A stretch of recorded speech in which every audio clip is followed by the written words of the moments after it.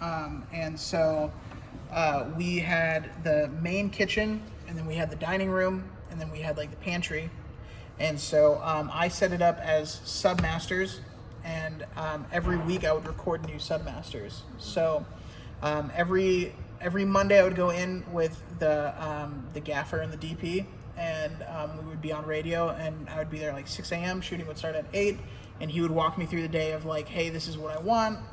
He would also pull up different looks from the past. So like he would be like, hey, let's pull up November's look, and let's use that today. I would be like, okay, cool, whatever you want. So the reason why I didn't use cue lists versus submasters is because cue lists,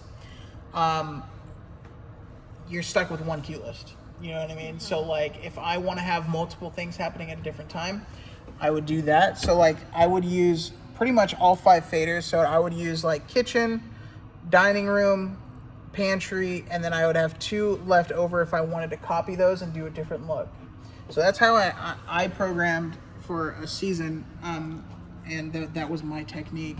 So, but however, in a setting like this, cue lists would be beneficial if you guys want to do like an effect, if you have a moving light that you want to move over there. Also, yeah, I would just do stuff live. So if you would be like, oh, I want this light randomly over here, I'd have to do it live. And so there's a lot of live programming. So a good thing would be to learn how to live program under pressure. Because live programming under NBC executives is a lot of pressure. So learning how to what we call busk, which is live programming, is called busking. That is a very, very good skill, and it's honestly not a lot of people have mastered it, but if you can get to a good point, it's a really good skill to have, especially as a console programmer out in the field. But yeah, it's really good to master that skill. But those skill sets that you're gaining, that's stuff you can put on your resume. That's very good. Yeah. To have that experience is invaluable. You just think about building your resume. Getting out there and getting into the workforce. Yeah, I just have a question. Is there a certification process? Like I know, like let's say you want to be certified Avid instructor, you go through their training, and then at the end of the day, you're certified. So, is there an equivalent for this where anybody could sign up online and go through the training and take a series of tests or whatever? And using, I think the way that you really learn stuff, at least the way students have and I have, is if you're working on a project and you have certain thing you want to accomplish, just like what you were saying. You want to do something. Then you come in and you have to figure it out. Yeah. So then you figure it out. And that's really the best way to learn, is that you have a series of problems. And we should really have a course in this so that we set it up where students go through a series of problems that they have to solve, and setting it up for projects at the end of the day or something like that. Yeah.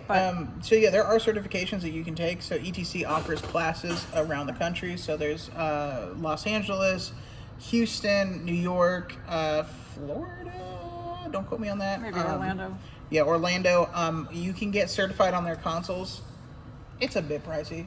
I'm not gonna lie, it's a bit pricey. Yeah.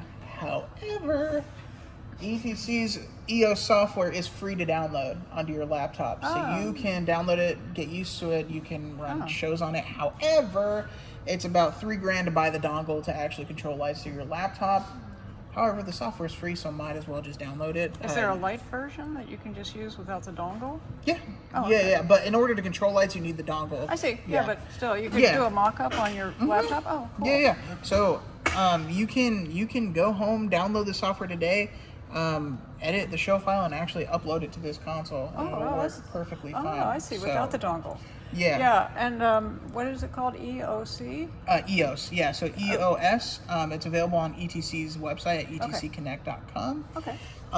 And so actually there's three types of consoles that are in the industry right now. That's the EOS by ETC. You have high end, which also ETC just bought out. And then you have Grand MA. All those softwares are available online right now that you can download for free. And so, because the class to get certified, don't quote me on this, the last time I looked, it was like $300 to get certified, and that is not including like traveling to the location. So However, It has to be in person. There's nothing online. I think there is an online course, but it's still the same price. Yeah. $300. Yeah. That's yeah. not a lot of money. It's not too It's not You too. could give it a scholarship. Yeah, it's not too. Yeah, it's I'm not everyone can afford $300. Yeah. But yeah, that's you really don't. Most of the people that I have worked with are have not been certified.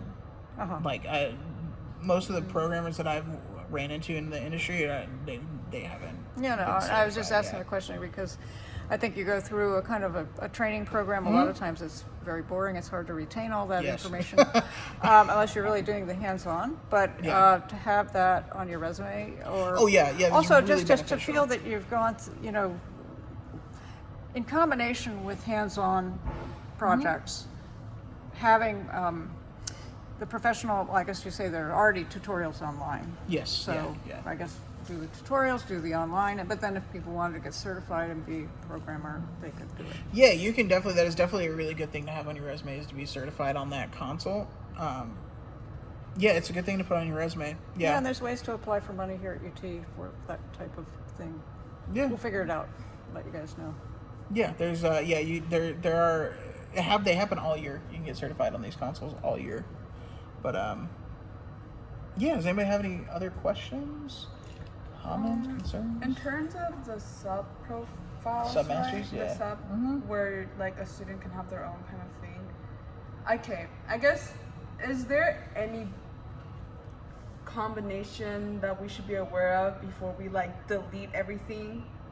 If that makes sense. What do you mean? Like I don't want to like. I guess I also want it like. I don't want there to be like a case where like you accidentally like clear everything. Does that make Okay. sense? Yeah. Where you like clear out the patch and then you're like, Yeah, and then you only have the safety one. yeah. So this console does it have it? Yeah, is there like something we can undo before like maybe me or some other student goes in like gets rid of everything that I hypothetically. do? Yes, there is. Or like- Yeah. Okay. Or like locking, you need to lock your show. Does it back up Yeah. the group? So there is. So if I go into patch, right? So if I do 1 through 100, enter, and I hit unpatch, enter. Oh no! Undo, enter. Oh, okay. Just hit undo. I was just like, before That's a very good question. senior That is- seminars start going crazy, and then all of a sudden, there is nothing on the console. There is an unlimited amount of examples I can give you where I've done that, and I was like, shit, and I was like, oh, there's an undo button, and then I undid it. Yeah.